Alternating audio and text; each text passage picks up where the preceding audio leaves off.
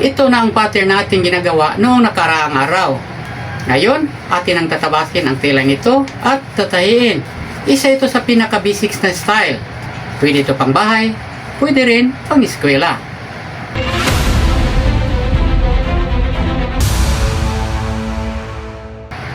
Welcome to my YouTube channel. Ako po si Tutorial para sa basic sewing tutorial. Bago pa tayo magsimula, please like, subscribe, and hit the notification bell para updated ka sa susunod ko pang mga video. Kung meron kayong hindi naintindihan sa mga itinuturo ko sa inyo, huwag mahiyang magtanong, i-comment mo yan. Ito na ang pattern, ito ang tela, at ito ang kaniyang mga sukat. Ngayon, atin na itong tatawasin. Uunahin natin ang front part. Ito ang front part. Maghanap na kayo ng mabibigat na bagay, pangdagan, para hindi ito gumagalaw. Ito ang ating tailor chalk, pangsulat sa tela. Pwede namang lapis. Kung light color lang ang tela, pwede naman lapis. Depende naman sa iyo yun. Ito na ang buong front part. Ito. Magbigay tayo ng allowance dito na 5/8. Gano'ng kalaki ang 5/8? Dito ang 5/8. Sa paggugupit natin, magbigay tayo ng allowance 5/8 sa lahat ng gilid dito. Kung bakit 5/8, i-explain ko sa inyo pag magtahi na tayo.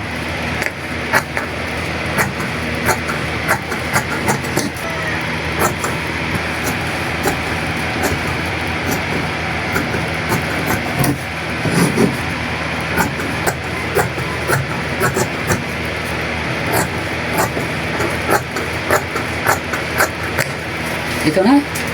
Nagugupit natin ang front part. Itabi muna natin ang back part naman. Itong tela, itong pattern. Pasensya na kayo, rikaso pa rin ang ginagamit natin. Wala pa tayong saho dito. Gugupitin na naman natin ang back part. 5/8 allowance pa rin.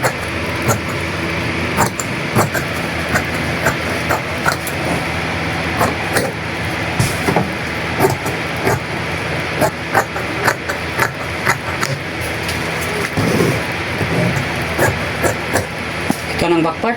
Tapos na natin ginugupit. Itabi na natin at magtahi na tayo. Tatahiin na natin ito. Ito ang front part at ito ang back part.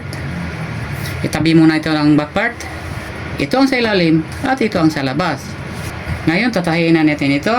Dito kayo magsimula sa itaas, pababa. Ito. I-overlap mo niya ng 1/2. I-ganon ninyo. At magtahi kayo dito ng 1/8. 1/8 dito. At may allowance na 1/4 dito.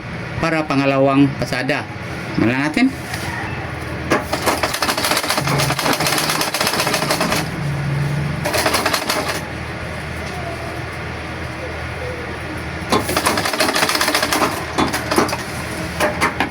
Ito na muna ating tahi. Magtahi tayo ng 1/16 dito.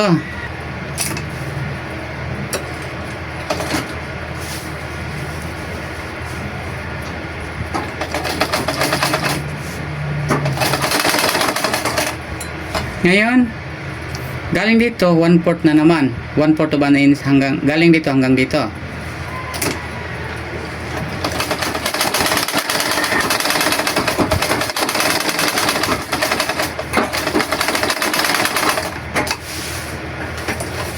Ito. Tapos ng ating pangalawang pasada, ito makita nyo sa labas, dalawang pasada. Alam ko naman ang style na to ay medyo may kahirapan para sa mga baguhan, pero practice lang ang kailangan. Pero kung talagang mahirap, pwede naman ang gamitin yung style. Ay, itong tinuturo ko sa inyong zigzag mano-mano. Sa ganitong style na medyo may curve, mahirap ito. Pero sabi ko na, practice lang ang kailangan. Sa back part naman tayo. Ngayon, back part na naman ang ating tatahiin. Ito ang back part. Dapat sa pagtahi nyo, ito ang sa ilalim ng tela. Sa pagkatapos ng pagtatahi, ito sa ilalim. At ito ang makikita nyo sa labas. Dito tayo magsimula sa ibaba. Ito. Ganon. Magtahi ka dito. 1/8. Bigyan mo ng allowance na 1/4 para sa pangalawang pasada. Simulan natin. Bawat dulo sa pagsimula at sa pagkatapos, i-reverse niyo. i-lock para hindi matanggal.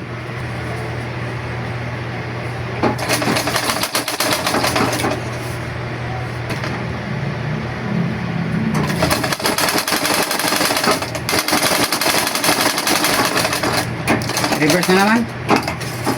Tapos magtahi na tayo rin ng 1/16. Pagkatapos dito na naman 1/4.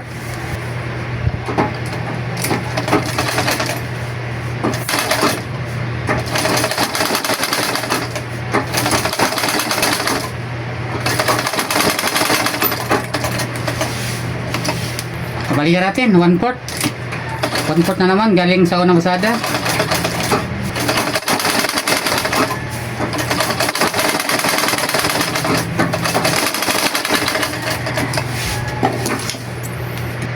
Ito lang sa labas, ito sa ilalim.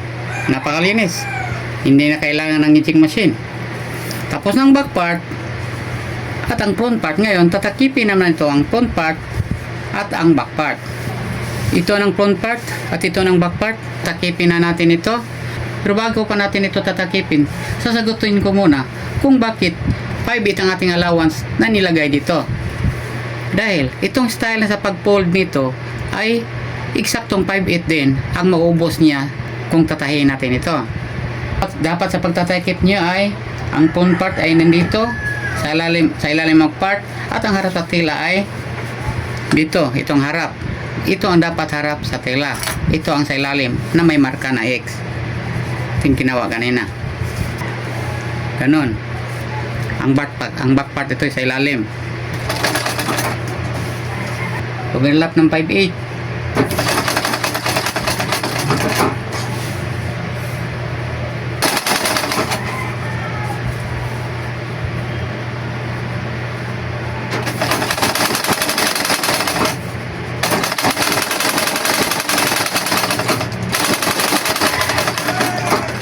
Kabilang gilid naman sa bandang hita. Ganon.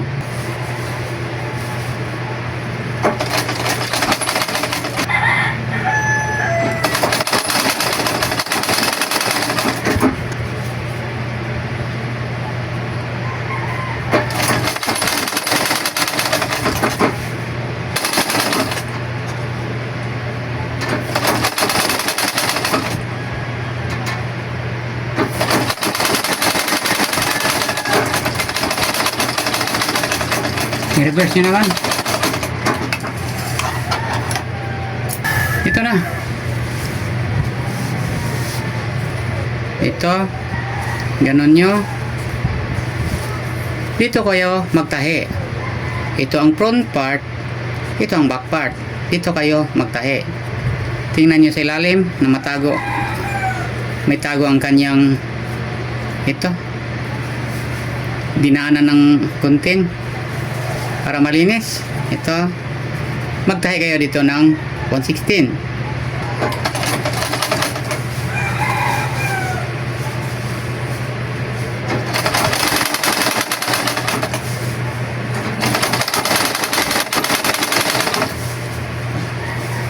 Tingnan mo palagi sa ilalim, baka may mahigpit na iba na hindi dapat masali sa pagtatahi.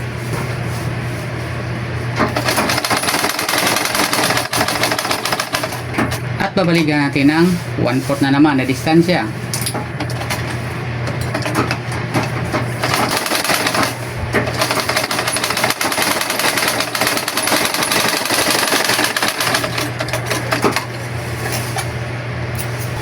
Ito na. Ito ang sa ilalim. Sa kabilang gilid naman, dito kayo magsimula para may tago itong dinaanan ng gunting. Ito. Ganon nyo. At dito kayo magtahi. At pagkatapos naman, 1/4 na naman dito.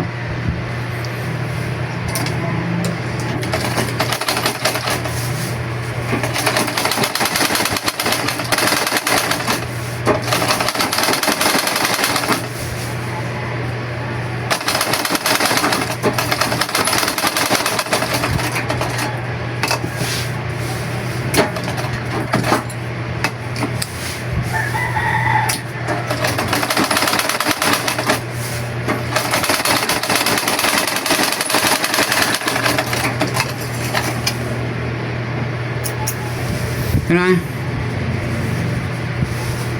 Tingnan nyo. Ngayon, ang ating tatakipin sa ilalim na naman. Bandang dito. Ito nating tatahiin. Dito. Ito ang ating itatakip. Ito ang sa ilalim na tahi. Sa pagtatakip natin ito ang front part at ito ang ilalim sa tela. Ito ang back part naman, ilalim rin sa tela dapat. Tapos ganon. Ito ang front part, ito ang back part. Ito ang dapat labas sa tela, ito ang labas. Itatakip natin ang ganito. Itatapat natin ito ang kanyang tahi. Ganon. Ganon pa rin. Ito ang front part. I-overlap natin ang back part na ito.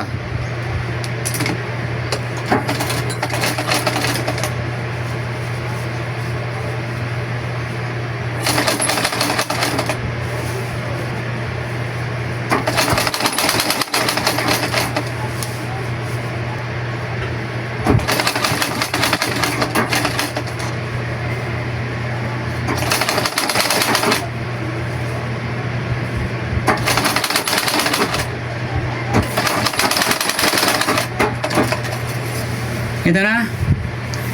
Tapos, dito kayo magtahi. Ganon. Dito ka magtahi. Dito. Siguraduhin nyo na matatago itong dinaanan ng gunting. Ito. Tatahian nyo ng 1/16. Pagkatapos, balikan na naman ng 1/4.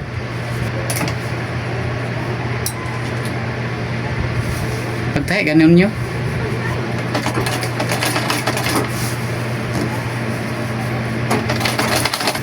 Dahil parang dudukutin natin ito sa ilalim. Yan, ganon.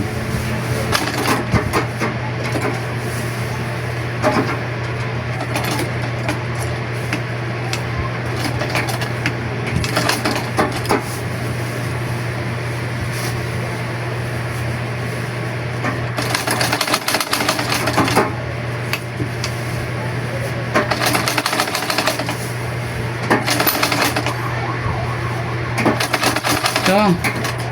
Tapos ganun, ibalik nyo at magtahi naman kayo ng 1/4 galing sa unang pasada sa pangalawang pasada.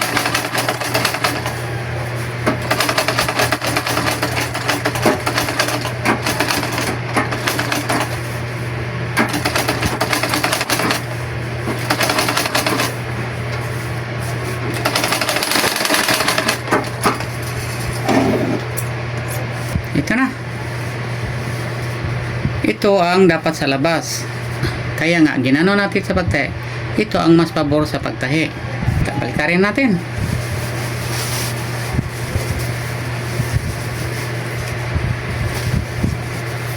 Ito na, ang labas.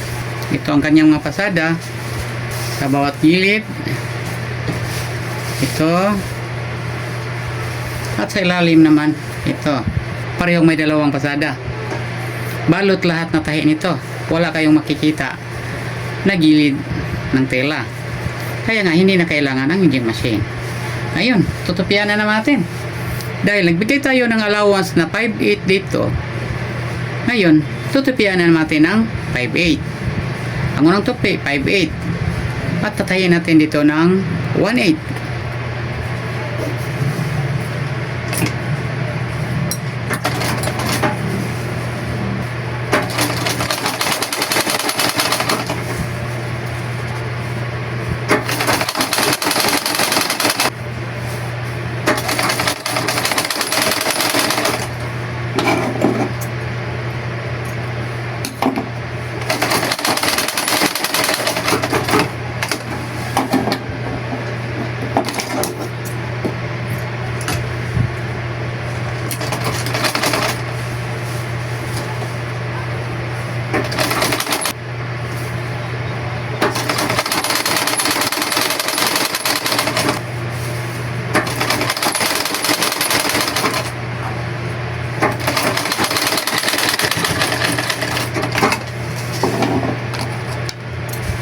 Tapos na naman.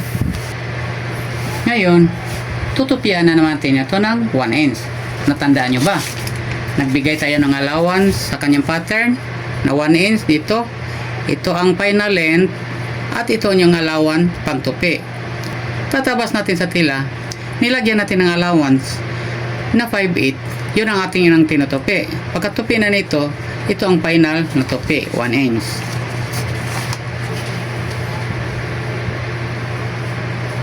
One inch ito.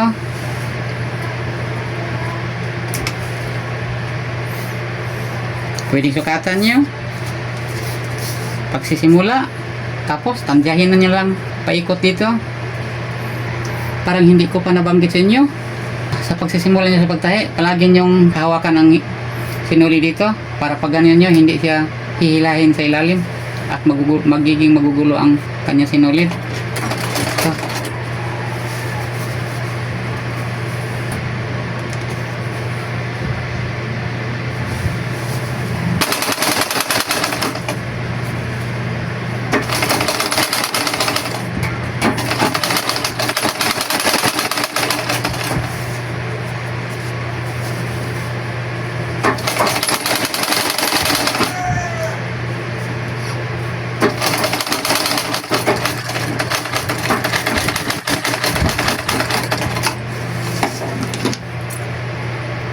sa kabila naman, ito pa rin. Tutupiin na naman 1 inch ang kanyang final na tupi.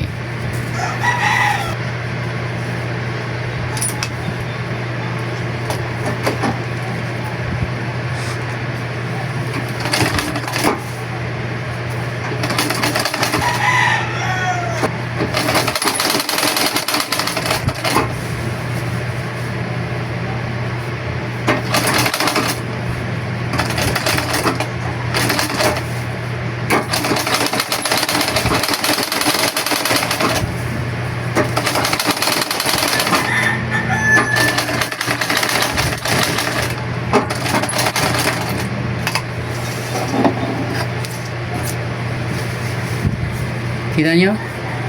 Dito naman tayo sa waistline, sa baywang.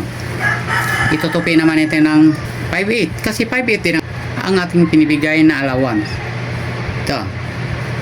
Itutupi natin itong 5/8.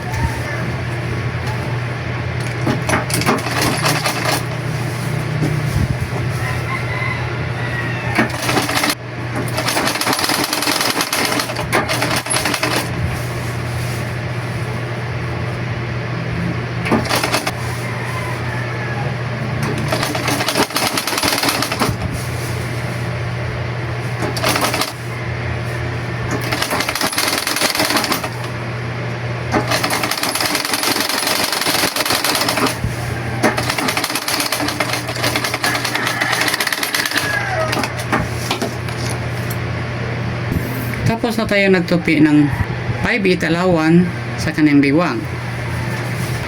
Ngayon, maglagay na tayo ng garter. Paano maglagay? Ay ganito. Ito ang ating tinatahi na short pant na wala pang garter. Ang sukat ng waistline nito ay 29 inches. Ito na ang garter. 2 inches itong aking garter, kaya binawasan ko ng 1/2 inch para magiging 1 and 1/2 inch na lang. Dahil 1 and 1/2 ang ating inalagay na garter nitong short na to. Kunin natin ang sukat na 29 inches. Ang kalahati sa 29 inches ay 14 and 1/2. 14 and 1/2 hanggang dito. Tatandaan natin. Ito ang laki ng kanyang waistline. Ang natitira ay ang binigyan nating allowance na 3 inches sa front part at 3 inches sa back part, nagiging 6 inches nito. At doble pa ito, magiging 12 inches na to. Ito na ang para sa garter. Gaano ba kahaba ang garter? Maglagay tayo nito ng 1/2 inch para sa tahi, sa pagdudugtong ng garter. At kunin natin ang lakas ng garter. Kailangan sa pag-inat natin ay susobra lang ito ng 1 inch galing dito hanggang dito para sa pagkuha natin sa gaano kahaba ang garter. Ganito, subukan natin. Kulang pa, palilitan natin ng konti, i-adjust natin. malaki-laki pa din. Adjust pa rin natin. Palilitin pa. Tama na ito. Parang sobra lang pag-inat niya. Parang sobra lang ng 1 inch sa gilid. Ito. Puputulin na ito nating garter. Diyan. Tapos, dudugtungin natin ang ganito. Itahin natin ito. Balik-balikan lang. Para mas matibay. Tatahin na natin. Natapos ko na sa pagdudugtong. Ito.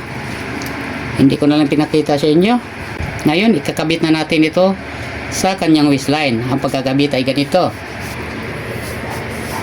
Sa bawat takip ay tatahin nyo dito.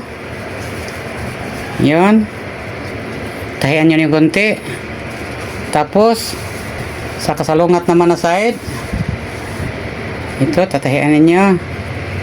Tapos, sa gilid, huwag nyo hagipin ng garte sa pagtatahi. Kailangan iwasan nyo ito. Dito kayo magtahi sa pinakagilid, mga 116 na 1 inch. At iwasan nyo na hindi mahagip ang garter. Dito naman sa gilid, ganito rin. Tatahiin nyo rin dito, mga 1/2 inch din. At sa kasalungat na gilid naman, tahiin nyo dito ng konti din. Ulitin ko, huwag nyo hagipin ng garter. Dali na natin ito sa makina. Ayun na. Sinasabi ko na sa inyo paano ito gawin. Ngayon, gawin ko na. Sa bawat dugtungan ng tela ay tatayin natin ng tig 1/2 inch.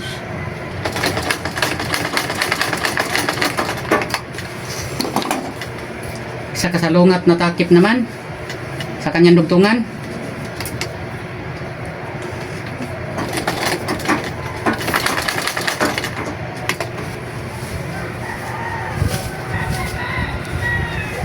sa gilid,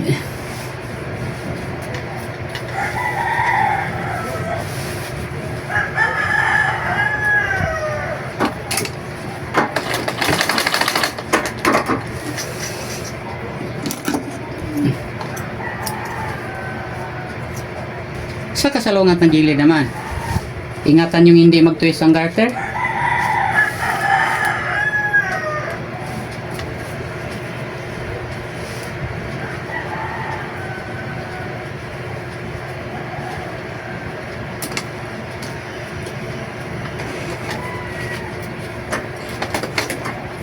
Ito ang last na dugtungan nating tinatahi.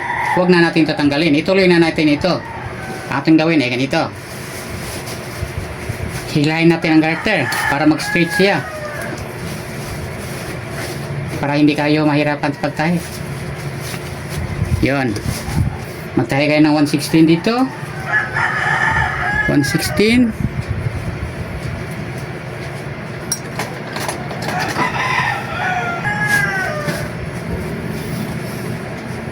Kailangan hilahin nyo ang garter para mag-straight siya, hindi mag-wrinkle.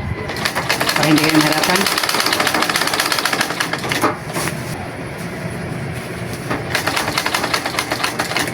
Kailangan movable siya. Tuloy, patuloy. Hilahin natin ang garter pang ganon.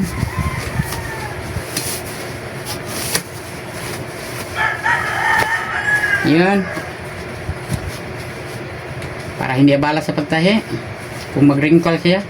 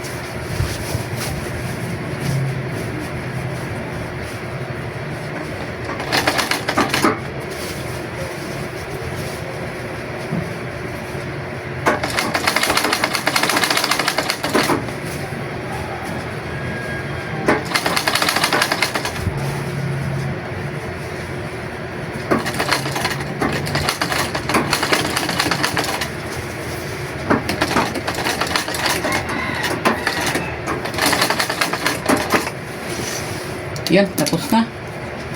Umabot na tayo sa dulo. Ito na. Nakabit natin garter. Ang gano'n ang gawin natin ay gano'n. Para pantay-pantay ang kanyang wrinkle.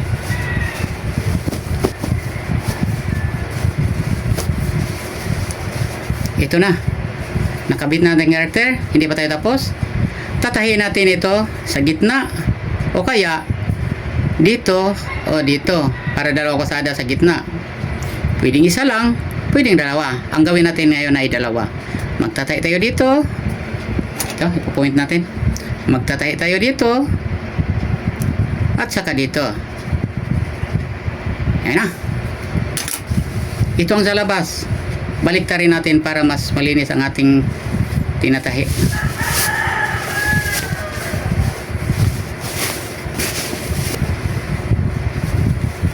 Ito nating tanda. Nasa ilalim na. Magtatahi na tayo. Dito tayo magtahi. Ayan. Sa pagtatahi nyo, iinatin ninyo.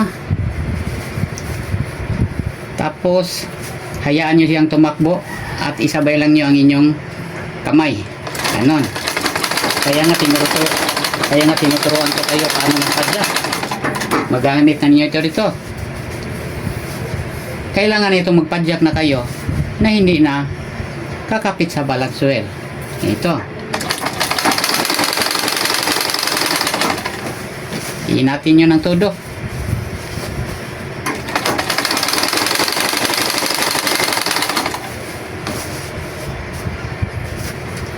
Inatin nyo, pero hindi nyo ito hihilahin. Hayaan yung ang makina ang tumatakbo. Tumatakbo naman ito ng kusa.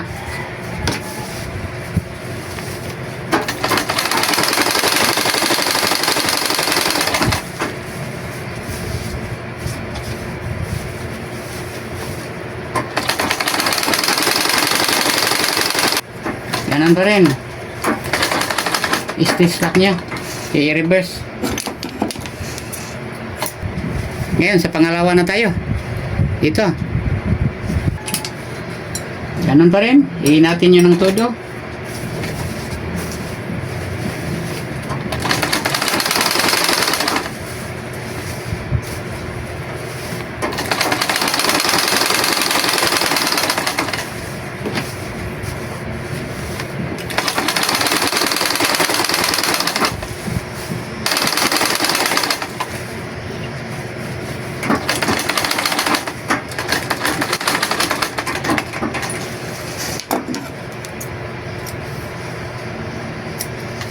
Ibabalik na natin sa kanyang pagkabaliktad.